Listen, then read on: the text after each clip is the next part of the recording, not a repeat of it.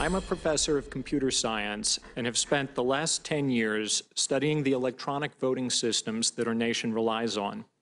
My conclusion from that work is that our highly computerized election infrastructure is vulnerable to sabotage and even to cyber attacks that could change votes. Welcome back. That was testimony from last month as part of the Senate Intelligence Committee's investigation into Russia's interference in the 2016 election. Questions are still swirling over the safety of our election systems and whether they could be susceptible to more hacking. A report today in the Wall Street Journal details a perplexing story out of South Carolina. On Election Day alone, the South Carolina State Election Commission reports that there were nearly 150,000 attempts to penetrate the state's voter registration system. The state says they've seen no evidence that the attacks succeeded. But in Illinois, hackers did manage to access voter records for around 90,000 people months before Election Day. The state says no information was altered and the issue was resolved before voters went to the polls. The hackers there haven't been publicly identified, but the security concerns are still widespread across the country. Here's what a DHS official told the Senate Intelligence Committee last month. As of right now, we have evidence of 21 states, or election-related systems in 21 states that were targeted. Joining me now is another panelist who spoke to the Senate Intel Committee, Michael Haas, the chief election official in Wisconsin and a member of the executive board of the National Association of State Election Directors. Thank you very much for joining us. Let's just get into it. South Carolina, 150,000 attempts. Why would they do that to a state that's not even a swing state? Well, good afternoon, Katie. I think there's a couple of important notes. One is that when we talk about hacking of election systems, we cannot say it enough. That is potential hacking of the voter registration systems, which are separate from and not connected to the voting equipment.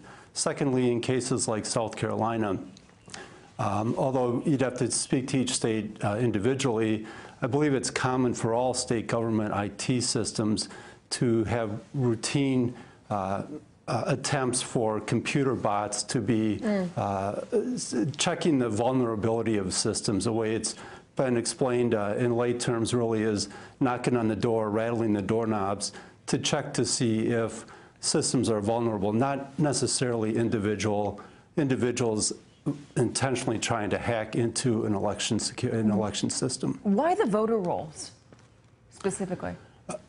It's a good question. I guess you would have to ask the individuals attempting to get into the voter rolls. The risks there are a couple. The voter registration systems are what create the poll lists at the polls. So when voters are checking in, if it's possible to manipulate or delete data, that could create some confusion at the polls, which in turn could create some lack of confidence in the election system.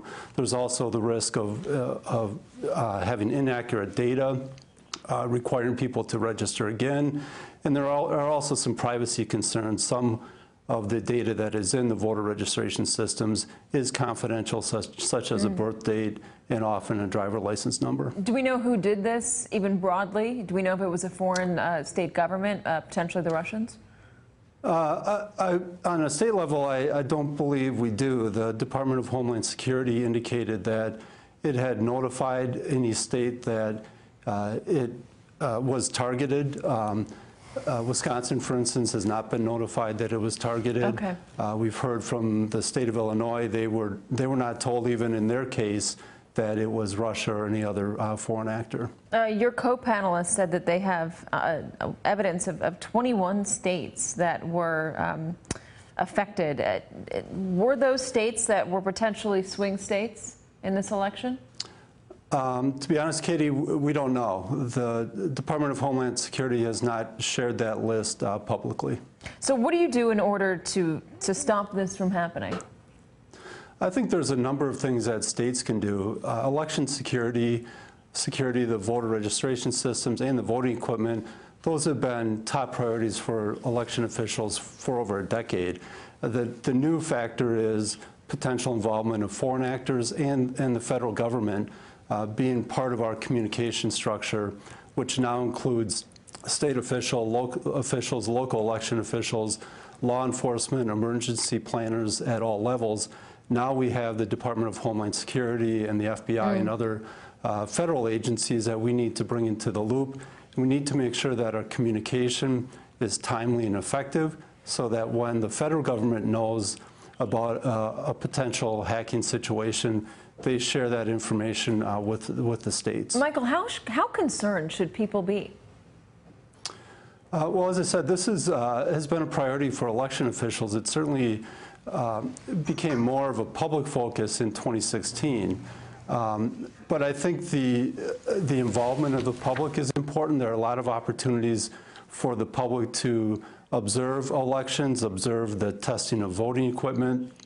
A number of states participate in voter data matching programs like the ERIC consortium of 20 states in the District of Columbia. We share data across state lines to check for individuals who have maybe died in another state or moved to another state so that we can keep our voter registration lists up to date. So I think the message for the public is that state election officials have been working on this issue in a number of different ways over the years. Our job is really to stay ahead of the curve, to make sure we're aware of new technology, new risks, spear phishing attempts, and we communicate properly so that the public can have confidence in our elections. Michael Haas, thank you very much. Thank you, Katie. Hey there, I'm Chris Hayes from MSNBC. Thanks for watching MSNBC on YouTube. If you want to keep up to date with the videos we're putting out, you can click subscribe just below me or click over on this list to see lots of other great videos.